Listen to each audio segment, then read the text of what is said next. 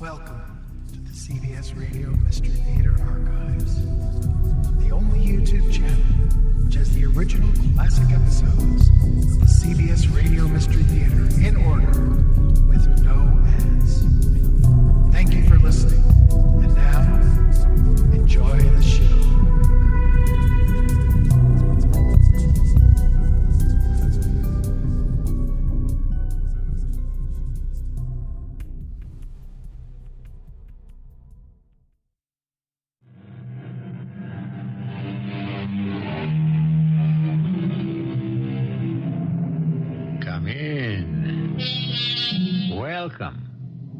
I'm E.G. Marshall.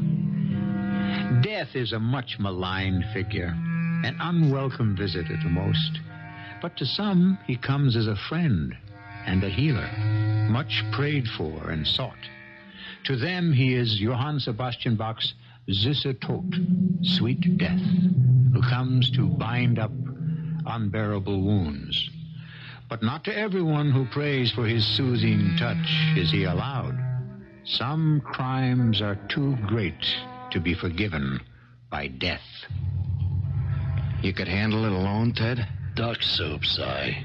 Just be ready to take off when I come out. I watched Ted saunter into the bank. Then nothing but waiting.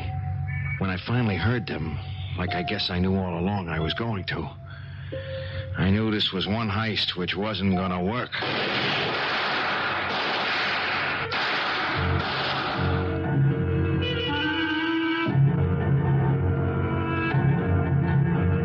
Our mystery drama, The Curse of Conscience, was written especially for the Mystery Theater by Ian Martin and stars Tony Roberts. It is sponsored in part by General Electric Citizen Band Radios and Buick Motor Division. I'll be back shortly with Act One. The young, strong hands are clenched so tightly on the cell bars that all the blood is squeezed out of them, and the veins stand out dark and distended against the chalk-white skin. His eyes are glassy, and his voice has the edge of hysteria. His name is Simon Berman, or once was before he changed it for a number. And he is not alone. He is never, never alone anymore. I'm not looking around. She's sitting there waiting for me to, but I ain't biting. She'd just start talking to me, and I don't want that. That's the way it all began. But now it's all over. It's gotta be. She ain't there. She can't be. That's the way it is. She's just not there. Don't be ridiculous, Simon. Of course I'm here. No. You know it as well as I do. No. I'm never going to go away, so you might as well turn around. Oh, I don't want to start anything again. Very well. Suit yourself. But I won't ever go away.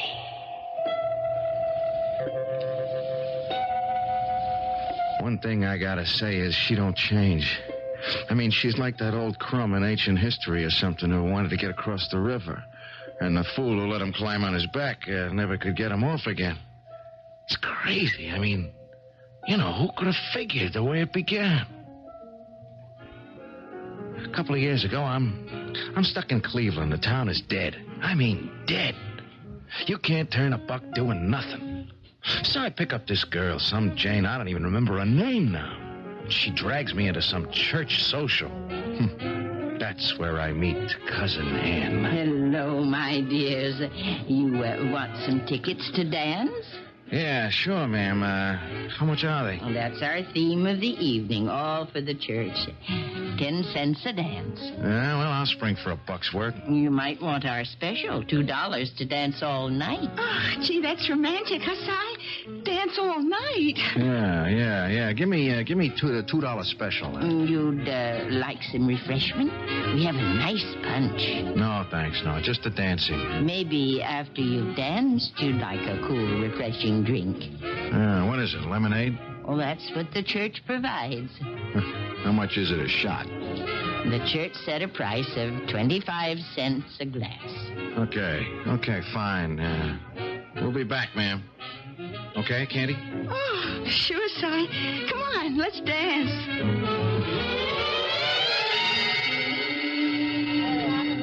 What do you say, Candy? Shall we cut out? Oh, no. I'm having a good time. Aren't you? Yeah. It's all right. It's a 2-bit church recreation hall and a jukebox. A Stardust ballroom. It ain't, you know. Well, if you want to take me somewhere better, like maybe the disco or one of the big hotel ballrooms. Well, I was figuring, like, maybe I'd take you home, you know? At 9 o'clock in the evening? Oh, you promised me a big time. Yeah, sure I did. I thought you were the big spender. What's your rush? You turn me on, Mama. Well, so that's all right, but a girl doesn't like to be rushed all that much, you know? Yeah, and if we hang around here for a while? Well, then maybe we could, like, you know, stop at your place. No, I just had it painted. Look, the place ain't fit to live in. I mean, how about your place? Well, You got a roommate or something? Oh, no, but... Yeah, but what? Well, like, I don't even hardly know you. Hey, what do you want? My life history? Fingerprints? Social security number? Oh, come on. I don't need anything like that. I can tell you're a real nice guy. So after another dance, we go to your place. Huh? Oh, okay. But first, I got to go to the, you know, and, like, when I get back, I could use some of that lemonade. You spring for some for us? Yeah, sure, so long as we got that deal, huh? Oh, well, you got it made, handsome. Time you get back, I'll be waiting for you over in the corner there. Go to my place. That's a laugh. I'm down on my last double fin and a cardboard suitcase full of dirty laundry and a locker at the bus station. I gotta make some kind of score, and I need a pad. That's where the doll comes in, and I gotta play her along till I make some kind of connection. So I figure I can afford to invest 4 bits making her happy, and I mooch over to the old dame at the punch bowl. Well, young man, now would you like some punch? Yeah, a glass for my old lady, anyways.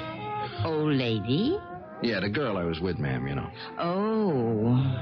Well, now, maybe you ought to try some yourself first. No, that's all right. I don't go in much for, soft drinks. You might like this one. Try it. We'll make it on the house. On the house, huh? Well, I never refuse a lady. That's lemonade? What kind of church dance is this? Oh, I have them once a month. Most of the customers are regulars. Yeah, well, I can see why. Would you like another? You wouldn't have to twist my arm. Thanks. Here's looking at you. And I'll take 1 more and 2 for my girlfriend, huh? I thought I'd make a sale. There. And there. Let's see now. That's 1 on the house, 2 for you, and 2 for the young lady. That'll be $4, please. $4. Hey, look, I thought you said a quarter. There was a sign up. That was before the punch was spiked. Yeah, well, look, I ain't got that kind of dough. Oh, dear, I hope you're not going to welch. You've drunk 2 glasses, you know. I'd hate to have to turn you over to the boys. The boys? They're such nice boys to play at such a brutal game. And they have the church hall here Wednesdays for their karate class. Cousin Ann, look, if I may call you that. Oh, yes, please do. Everybody does. I just wanted to say, from one, I just wanted to say, you are something else. Well, thank you. That's quite a compliment for an old lady in her 85th year. Hey, you're 85? I said year, 84. Please don't rush me as I must you. The $4, please. Well, except for some change, all I got is a $10 bill. Oh, I can make change. You win. I wonder what happened to my girl. Where did she go? The powder room. Oh, I can find out for you. Would you mind running my stand till I come back? Here's your $6 change. Hey, you trust me with this? Why shouldn't I? Are you all right, my dear? What? Oh, yes, thank you. Cousin Anne. Oh, I'm Candy Minton. Why did you ask if I was all right? Oh, well, because your young man was worried about you. Oh, he's not my young man. I just came with him, And now you're sorry you did, huh? I didn't say that. You didn't have to. He's a bit of a swinger. Is that what it is, Candy? Yeah, like he wants to take me home, see? Well, naturally. Yeah, but you don't see it.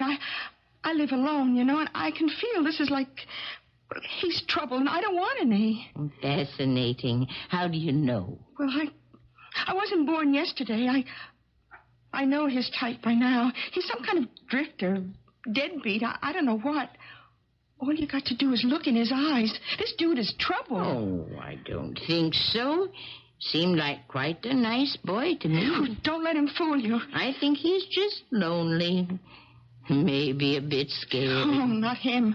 But what am I going to do? Well, if you want to go home without him, nothing's easier. But I can't slip him. I just know it. He's watching for me to come out. Well, he won't be when you do. I'll make sure of that. How? Very simple. I'm going out now, and I'm going to ask him to dance with me. Dance with you? Why not? I've always been a very good dancer. Just a minute. How nice, just my speed and right on cue. They're playing a waltz. Now, Candy, while he's dancing with me, you watch. And when you get the chance, duck down the back car to the rear door and out of his life. He won't see you, I guarantee. I'll keep him busy. I'm standing by the punch bowl when this wrinkled-up little prune blows back, almost catching me sneaking the last drink in the bowl. I figure the best defense is attack since I see she's alone. Hey, where's my girl? Oh, she's otherwise engaged for the moment. Well, I see the bowl is empty. I'm not surprised. Oh, I've been doing a Russian business here. Let's see, $23. Thank you. Well, that frees me from my duties. So while we're waiting for your young lady, why don't you ask me to dance? To dance? They're playing a waltz. My favorite. Well, I ain't much on that kind of dancing, cousin. Cousin Anne, please. Use my name. And there's no problem. I can show you very easily. Hey, you know, you dance pretty good.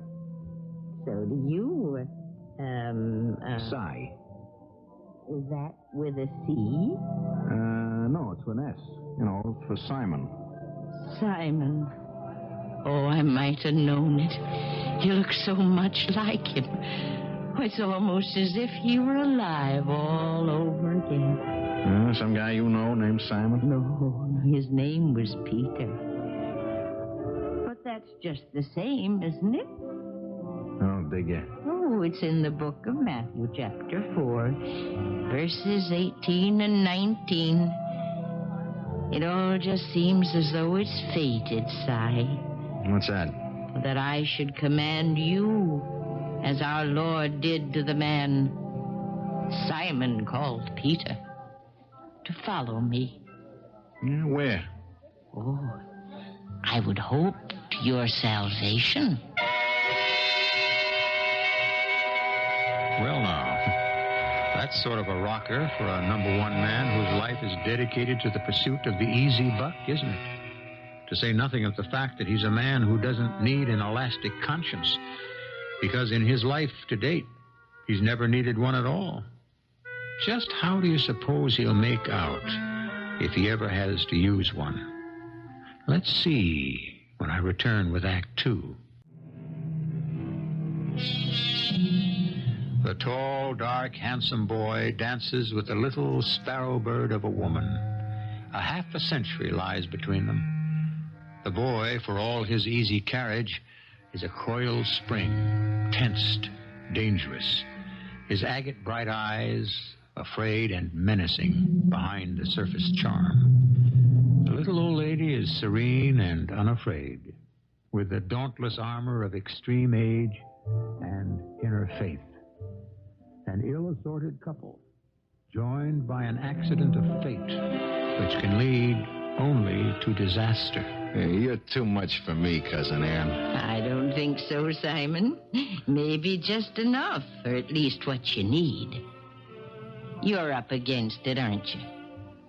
Come again? You're broke. Practically down to your last dime. And you're looking for a meal ticket. Lady, you fracture me, you know? I mean, how's an old woman like you know where anything's at? I put in my apprenticeship finding out. I've lived a lot of years. Yeah, in the past. Oh, I'm still here. You'll have to tell me if I'm right. I think you've run out the string, Si. That $10 I changed for you was your last line of defense. Hey, what is this? I know I'm right, and so do you. And this girl tonight, she was just a means to an end, a place to spend the night, huh? What do you mean, was? Hey, look, I gotta find her, and She isn't here anymore. How do you know? Well, you scared her. She wanted to go home. And she's gone, alone. I'm sorry if I broke up your date, but it really was for the best. Yeah, I'm glad you figure it that way. Now, before you get too mad, why don't you listen to me? Yeah, listen to what? I don't have a date, so you can be mine. The party's over, Simon. Will you see me home? I never figured this. Me, walking a little old bundle of bones, couldn't weigh over 85 pounds soaking wet home. But what else have I got going for me, you know? So, that's my proposition. Now, how does it feel for a change? What do you mean, change? Well, aren't you the one who usually makes the proposition? I say it again, Cousin Ann. You are really something else. Something else from you, Simon, baby. I'd like you to cross over and join my world. Well, what's your world? Well, I told you. The way to salvation. You mean you're ready to take me in? You stake me till I find a job? Get back on my feet? But what's the payoff? Payoff? What am I letting myself in for? What have I got to pay back? Oh, nothing really, except companionship and maybe sort of the miracle of a memory coming alive for even only a little while. You're so like him, Simon. Well, here we are home. We can say goodnight, and you keep on walking, or you come in with me and make it yours, too. You're taking some risk. At 85. 84. You really want me to come stay with you? I really do, Simon. I think it would be very good for both of us. I got a suitcase down at the bus station with my things. I could go fetch it and come back. You do that. And I'll have a nice little supper waiting for you by the time you come back, Peter. I mean, Simon.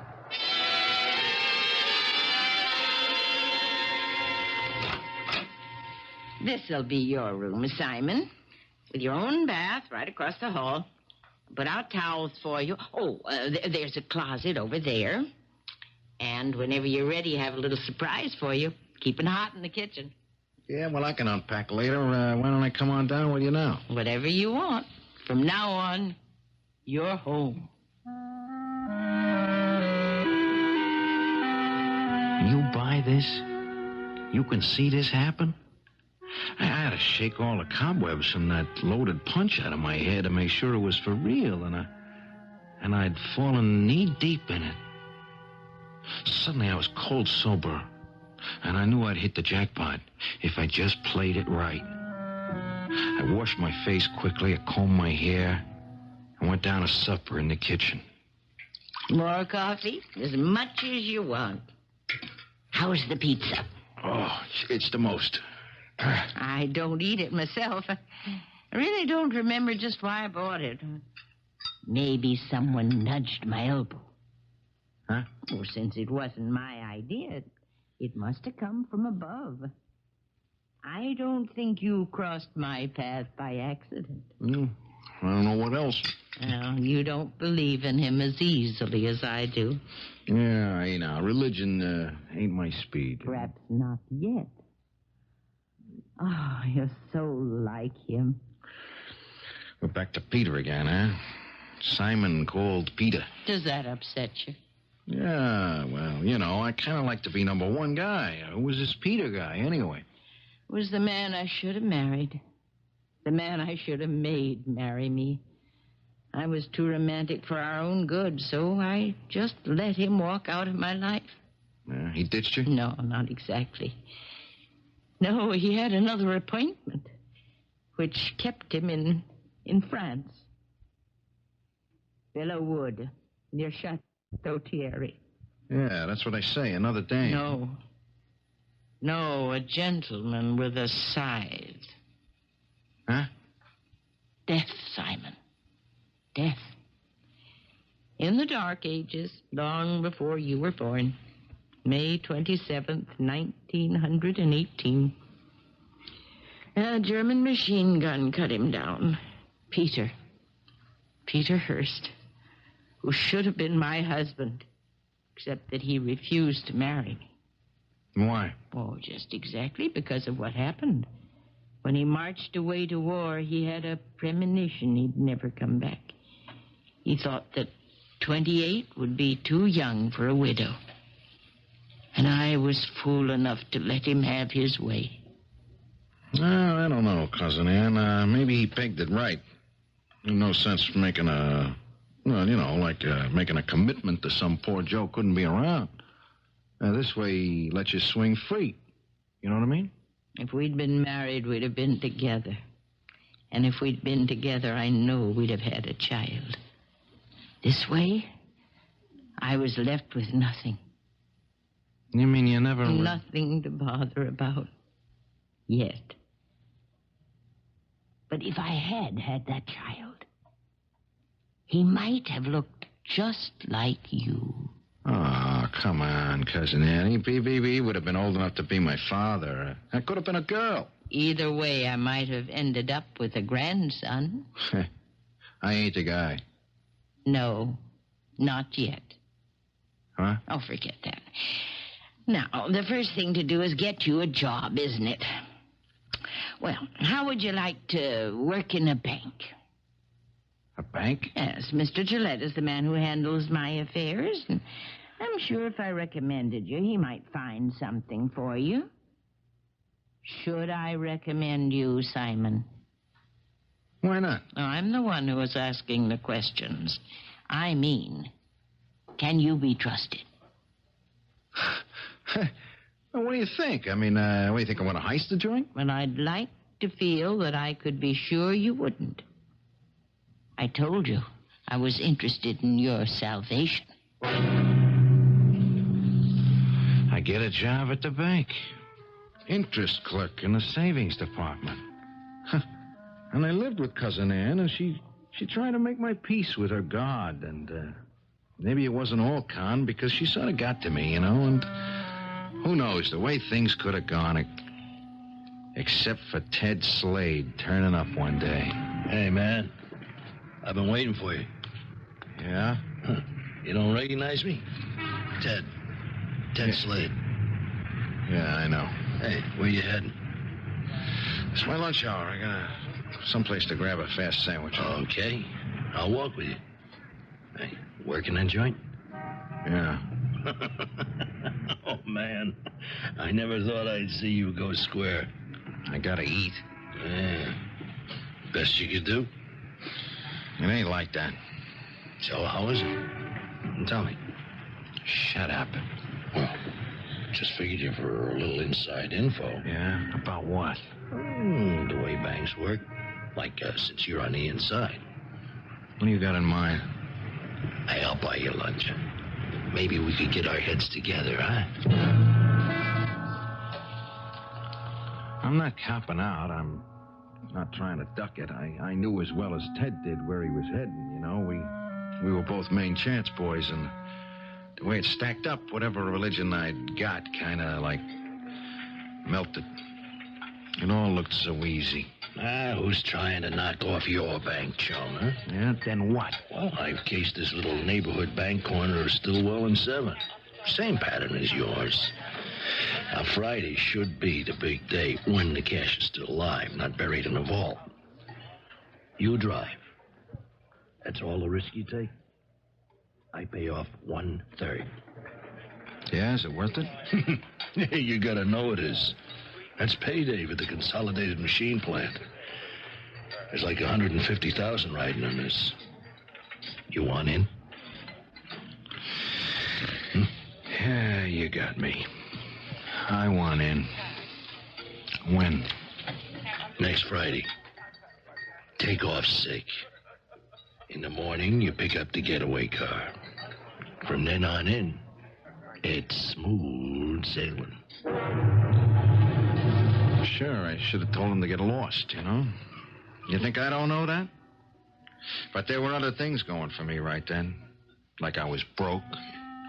And anyway, I had a grab at it. Huh. What did you say? Cousin Ann? Oh, come on. She was just a lucky break I'd latched on to. Or was she? Wasn't she maybe I don't know what to call it, like maybe a force that was shoving me into a corner. I couldn't break out of it. Say, so maybe Ted was handing me a brass ring. I could grab it and I could get off the merry-go-round. Wrong or right, I grabbed it. You okay? Sure. All right, I'm going out now. I just saw Consolidated make the big deposit. You can handle it alone? Duck soup. You just hold fast. Be ready to take off when I come out. No rough stuff? Hey, you playing with children. Not unless there has to be. Hang in there, partner. I saw him saunter into the bank. Then nothing. But the waiting. When I finally heard them, like I guess I knew all along I was going to. That this was one heist which wasn't going to work.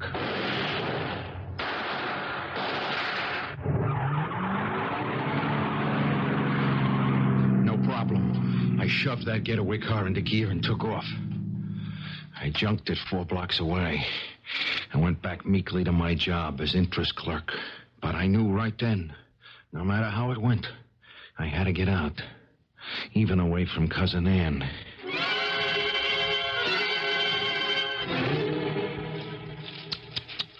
Oh, terrible. What a waste. Hmm? A young man robbing a bank, shot to death. And what for? Let me see. Ted Slade. Oh, did you know him? Just reading his name here in the paper. Where? Yeah, right there. Oh, at the end of the story, I hadn't got that far. Police speculated that the robber could not have been alone. Mrs. James C.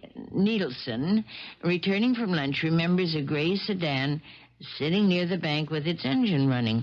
A search is being made for the car and a possible driver. Oh, what a terrible thing.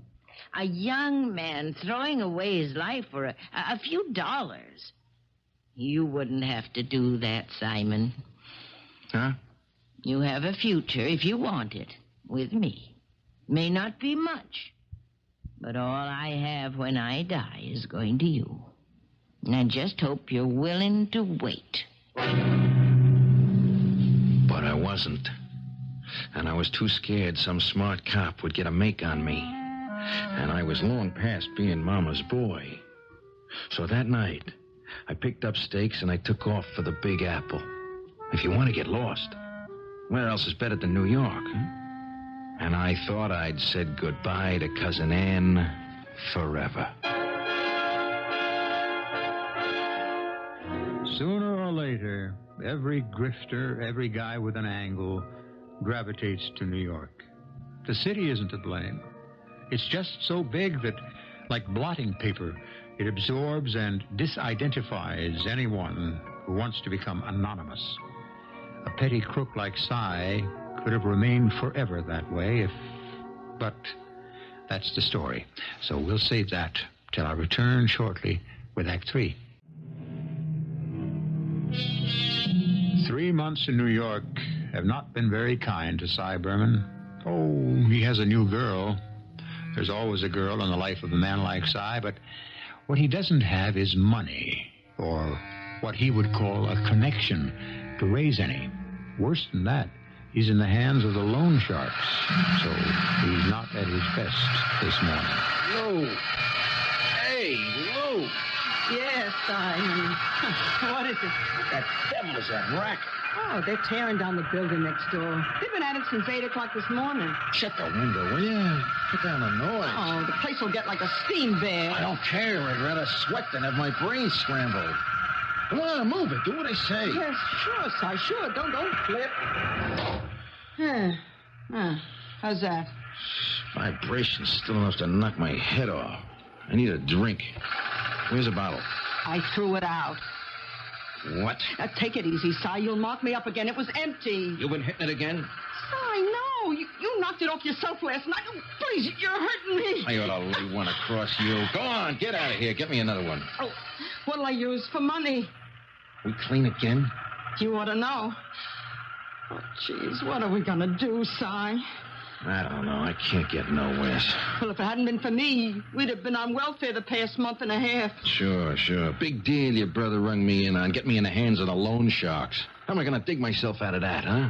Oh, if you could only get something going. Yeah, not legitimate, that's for sure. I'm never going to dig myself out there. Who's that? I don't know. Maybe Sal. Yeah?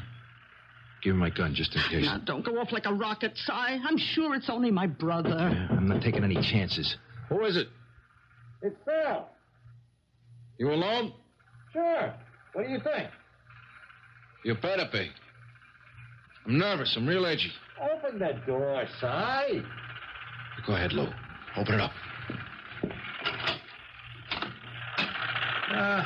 Will you put the gun away, Si? I'm alone.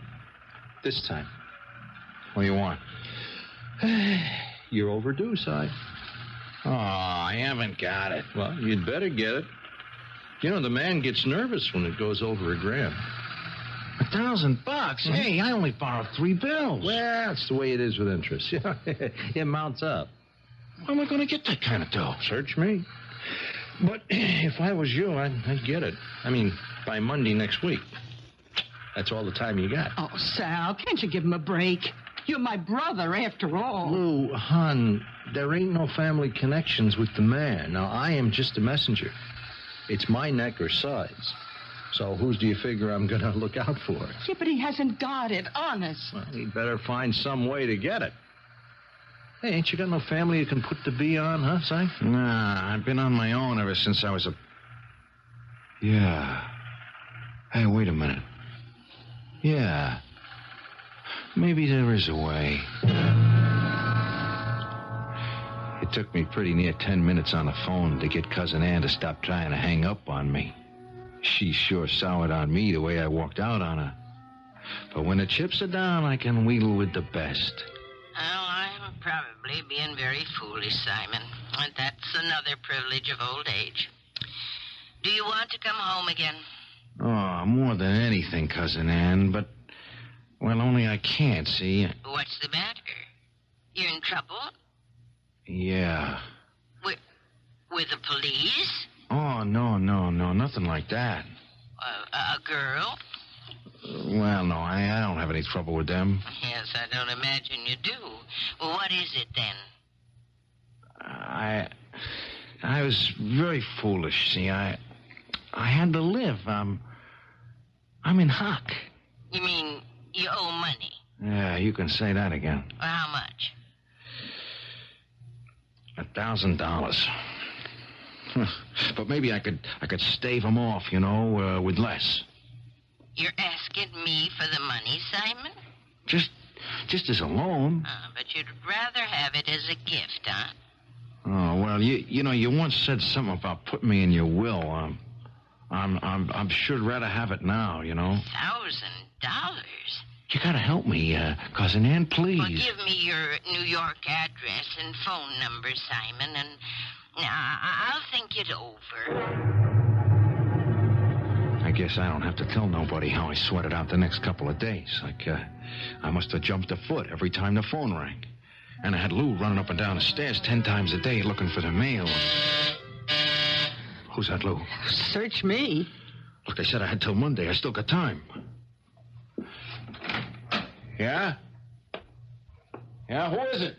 It's Cousin Ann, Simon. Will you come down and help me with my bags, please? Who is it? It's Cousin Ann. What the devil's she doing here in New York? So, this is how you're living. Yeah, it's the best I've been able to manage. Well, now that Cousin Ann is here, we'll see if we can't improve things for you. You mean you brought the... I mean the money? Now, that's something we can discuss when I get settled in. I want us to enjoy my visit while I'm here, before we go back to Cleveland. The next few days was enough to get me annoyed enough to murder this old babe. Like it gets to be Saturday, and I sneak out of the house to phone Lou from a booth and let her know how the land lays, see? Sal ain't here right now, Si. There's nothing he could do anyways. Hey, look, Lou, don't be mad at me. I'm just trying to play the angles, only nothing pays off. She hasn't come up with the dough? Nah.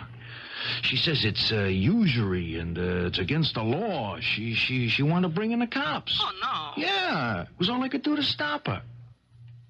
Lou, what am I going to do? Don't tell me you've run out of snake oil, John boy.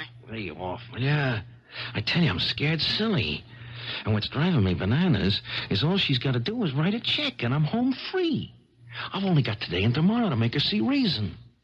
If she doesn't come through, I'm going to murder her. Oh, there you are, Simon. I didn't know where you'd got to. I was afraid you'd forgotten our little trip to the Metropolitan Art Museum today. Look, Cousin Ann, maybe this trip here is a big blast to you, but with me, it's life and death. I got less than 24 hours to come up with 1,000 big ones, or else I'm going to get hurt. I'm hurt bad. I gotta know. You're going to give it to me or not? I have no intention of having any traffic with crooks and criminals, or of condoning usury. I am not going to pay it, and neither are you. What? The matter is in much better hands than ours, Simon. And that's the last I intend to say about it. Whose hands? You think this is something that guy you pray to is going to take care of? I have no doubt in the last analysis. I am sure when we go to church tomorrow, he will answer my prayers. There's a right way and a wrong way to go about things. Now, you listen to me, Simon. No.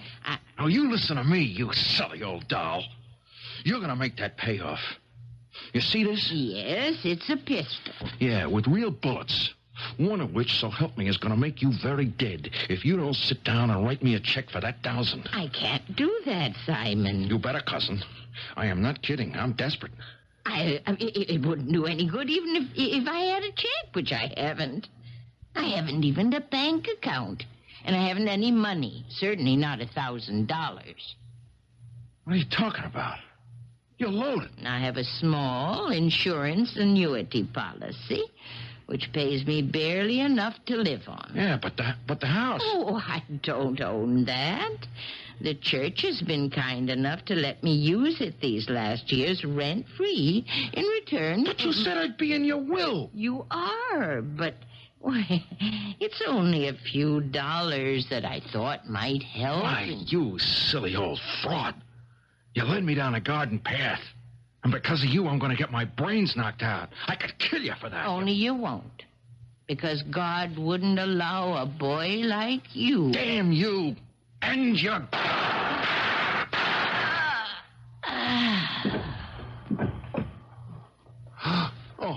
Oh, no. Cousin Ann, look. I didn't mean it. Please, drop your gun and open up. When the door opens, you better have your hands on top of your head. Okay.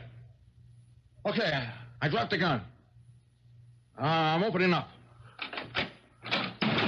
That's nice, buddy. Just hold it like that.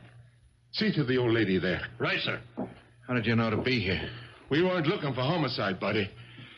Just answering a complaint at the precinct 2 days back by the old lady. Something about usury and loan sharks.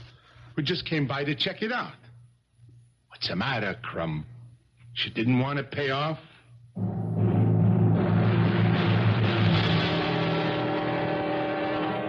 They had me dead to rights. They threw the book at me. Maximum security. Solitary. The night I arrived here in jail, so did Cousin Ann. I was getting ready to turn in, washing my face. As I reached for the towel, there she was, sitting on the bed, knitting on something. Hello, Simon. What are you doing here? Keeping you company. Yeah, but you can't. You're dead. Oh, no. No, you took my life in the midst of a deception. And my punishment is I cannot die till you do. We're going to be together a long time. No. Get me out of here. God. Get me out. I can't stand it. I'd rather die. I'd rather be dead. Not a pleasant story, I'm sorry to say. But then Simon Berman isn't a very pleasant character. So perhaps the punishment fits the crime. He'll have a long, long time to learn with Hamlet that conscience doth make cowards of us all. I'll be back shortly. Cy Berman is no longer housed on death row. He lives part of the time in a padded cell when he doesn't have to be confined to a straitjacket in his own room. They've even given up treatments. No form of therapy helps. He lives in his private world with only one other companion, a gentle ghost named Cousin Ann, whose kindly presence, far from soothing him, has driven him mad. Our cast included Tony Roberts, Mary Jane Higby, Bryna Raeburn, and Earl Hammond. The entire production was under the direction of Hyman Brown. Radio Mystery Theater was sponsored in part by ARM, Allergy Relief Medicine, and X-Lax. This is E.G. Marshall inviting you to return to our Mystery Theater for another adventure in the macabre. Until next time, pleasant dreams.